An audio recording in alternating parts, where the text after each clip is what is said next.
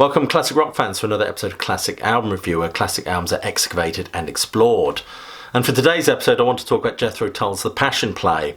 1972-73 was a very important year for Jethro Tull. Figures of Brick was had done very well in the USA and the UK, and they were playing sort of big arenas.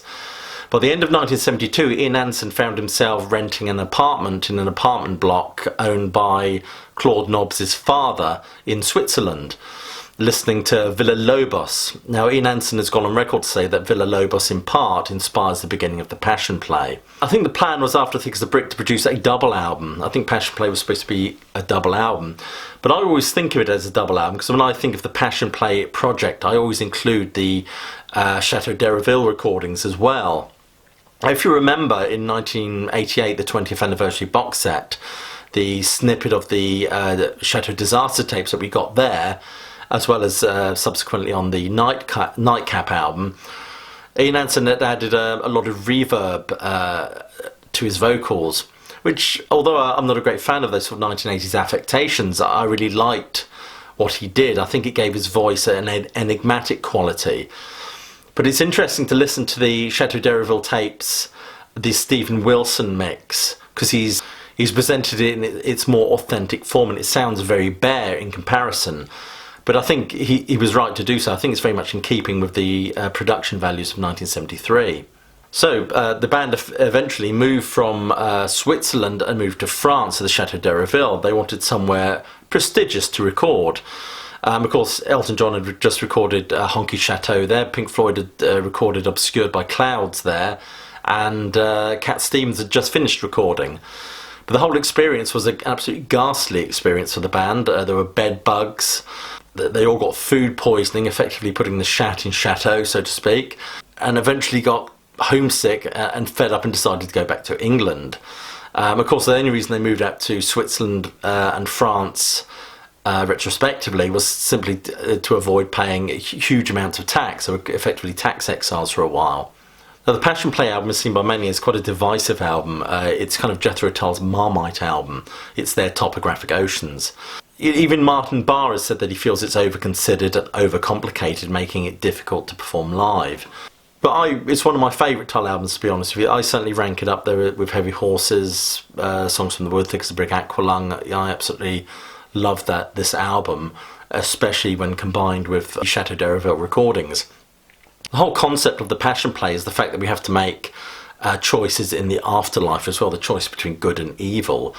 It's very tongue-in-cheek, of course. It's not exactly Paradise Lost, but nevertheless it deals with weighty themes. And obviously the narrative deals with the life and death of Ronnie Pilgrim. And obviously Ronnie Pilgrim is kind of like a Christian allegory, and very much in the vein of John Bunyan's 1678 narrative, The Pilgrims Progress, where the character of Christian has to make his way to the celestial city. But Ian Anderson was so taken with this idea of heaven and hell and choices and good and evil that he wanted to develop it into a film, which would started off the kind of War Child project, but of course was aborted. It never came to fruition. The album, of course, was not actually liked by the critics. In fact, it was completely panned. Although it still got to number 1 in the UK. Sorry, it got to number 1 in the USA. I think number 13 in the UK. Had that iconic cover of the ballerina on the cover, of course, and that wonderful reproduction theatre programme that sort of slotted into the middle of it.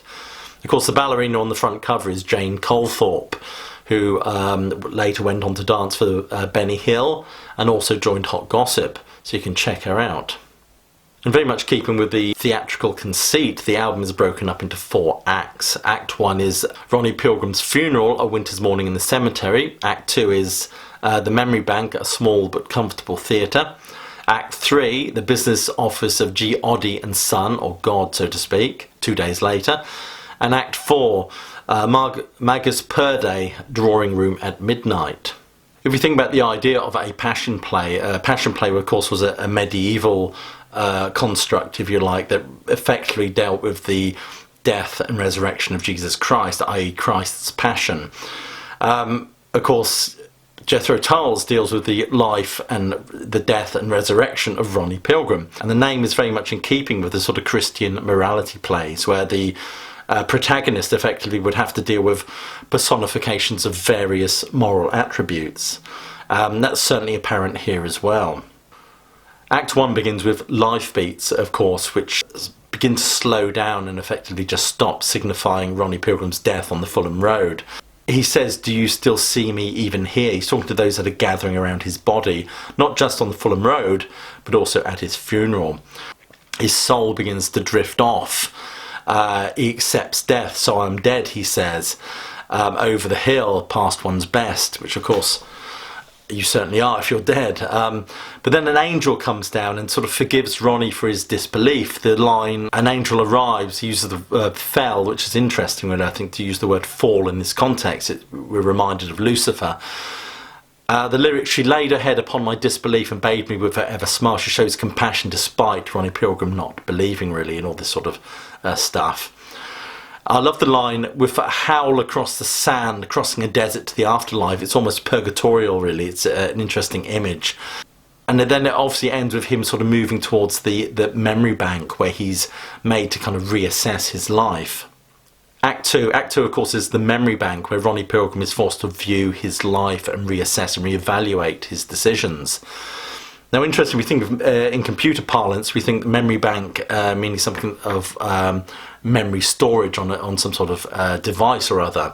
But this is 1973, and I think memory bank is essentially a financial metaphor.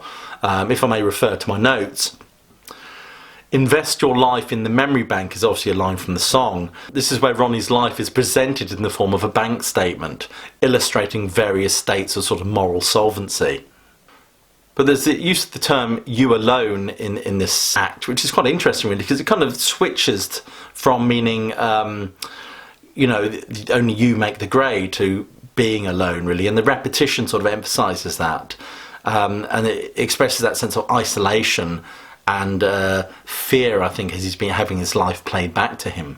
I love the lines, how the baby's made and the lady's laid while the old dog growls in sadness.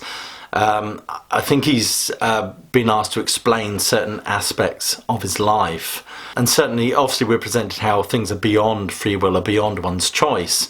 For example, the stealing of his sister's virginity by the young horse named George. And in that respect, he's kind of asked to explain himself. There's the line in the on the album, let's hear your view, peek at the lines upon your sleeve," continuing with that whole sort of theatrical conceit.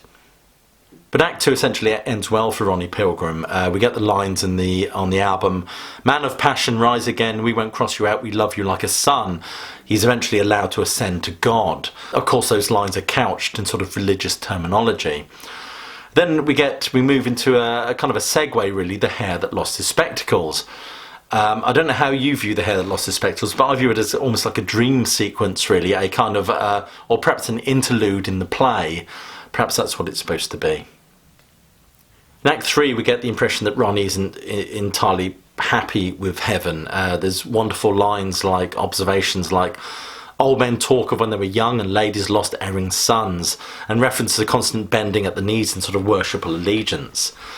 So ultimately he asks to speak with God, and he suggests to God, if I may quote again, "Spawn a new breed of love-hungry pilgrims." He asks God to produce, perhaps it would be a better idea to produce purely spiritual beings that would be happy and content with heaven, bereft of all kind of earthly appetites, content to thrive, who would thrive on sort of abstract love. I think this is Ronnie's point. And of course it ends with Ronnie asking if he could see hell. Then of course we get Act 4. Act 4 is Magus Perde. Now it's interesting that the meaning of the word Magus Perde is simply, a literal translation means, I think, supreme magician. But in keeping with the kind of Christian allegorical satire, that tradition, it means with God, I think. I mean, if I may refer to my notes, Perde is cognate with Middle English spellings of the word, such as perde or parde, or the Old French per diem, by God. Magnus, of course, means magician or wizard. But I think, as I said, in a Christian context, or as I said, a Christian allegorical context, I think Magus means wise, as in the Magi, the three wise men. So it really means with God, I think, Magus Perde. So Act 4, as I said, begins with Ronnie Pilgrim wanting to see hell, the foot of the stair, so to speak. God calls him a well-meaning fool, but nevertheless Ronnie wants to see if there's an alternative, what the alternative to heaven is like. It has wonderful lines in there, like God says, "Pick up your bed and rise from your gloom," which is almost like a direct allusion to the raising of Lazarus from the dead in the Bible. But also John, quote from the Bible again, John chapter 5 verse 8, "Jesus saith unto him, Rise, take up thy bed and walk." I think this is the allusion here with this line. Then, of course, we get Satan, which is the overseer overture, and Satan invites him to look upon to gaze upon those that have retired from benign reconciliation. And of course, Ronnie comes to realise that he doesn't like hell either. He flees from Satan, calling him an awful fellow. And here's the rub, he says. He realises he's too good for hell, yet not good enough for heaven. And he yearns to have his old life back. There's the line, "Give me the hat I once wore.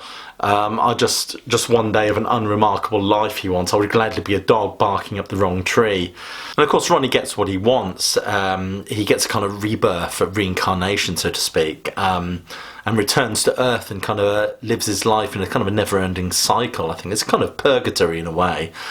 "Roll away the stone" is the line that's used. Obviously a direct biblical reference to the resurrection of Christ, but of course here we're dealing with the resurrection of Ronnie Pilgrim. And the album effectively ends as it began, on the Fulham Road. It kind of suggests he'll constantly relive his life as a never-ending loop. As I said, a kind of purgatorial shadow rather than heaven or hell. Anyway, that's kind of my interpretation, my research and reading on Jethro Tull's The Passion Play, one of their finest albums in my opinion. Anyway, what do you think of this album? Please leave comments below, click like and subscribe. Please do check out the Facebook page. And more importantly, please do keep listening.